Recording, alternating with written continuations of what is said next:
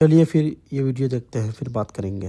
میری دعا قبول کیوں نہیں ہو رہی؟ اللہ کے نبی صلی اللہ علیہ وسلم نے فرمایا کہ یستجاب لأحدکم ما لم یعجل یقول دعوت ربی فلم یستجب لی، کہ تم میں سے ہر ایک شخص کی دعا اس وقت تک قبول ہوتی ہے جب تک کہ وہ جلد بازی نہ کرے، اور جلد بازی کرنے سے مراد یہ ہے کہ وہ یہ کہے کہ میں نے اللہ کو پکارا اور اللہ سے دعا کی لیکن میرے رب نے میری دعا قبول نہیں کی۔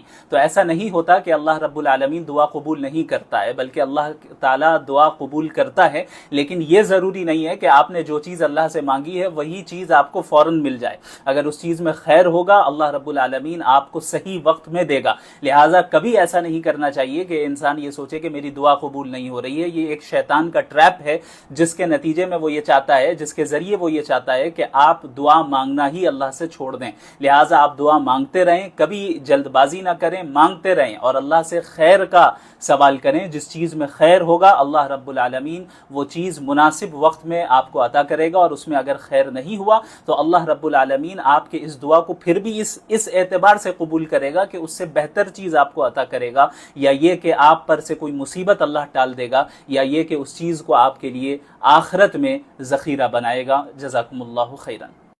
دیکھیے ماشاء اللہ مفتی صاحب نے جو باتیں کہی بالکل حق ہے۔ اگر ہم کسی وقت دعا کرتے ہیں، اگر یہ دعا اسی وقت قبول نہیں ہوتی، اور اگر ہمیں جو چیز ہم مانگتے ہیں اور اگر وہ چیز ہمیں اس وقت نہیں ملتی ہے، تو اس کا مطلب یہ ہے کہ اللہ اس کا بدل بعد میں دے گا، یا کسی اور صورت میں اللہ وہ چیز ہم کو دے دیتا ہے۔ جب بھی ہم دعا مانگتے ہیں تو ہماری دعائیں قبول ہو جاتی ہیں، ہمیشہ دعا قبول ہوتی ہے ہماری، بس یہ کہ وہ دعا ہماری جمع رہتی ہے۔ اور سب سے بڑی چیز یہ ہے کہ اللہ کی حکمت کو ہم آپ نہیں سمجھ سکتے۔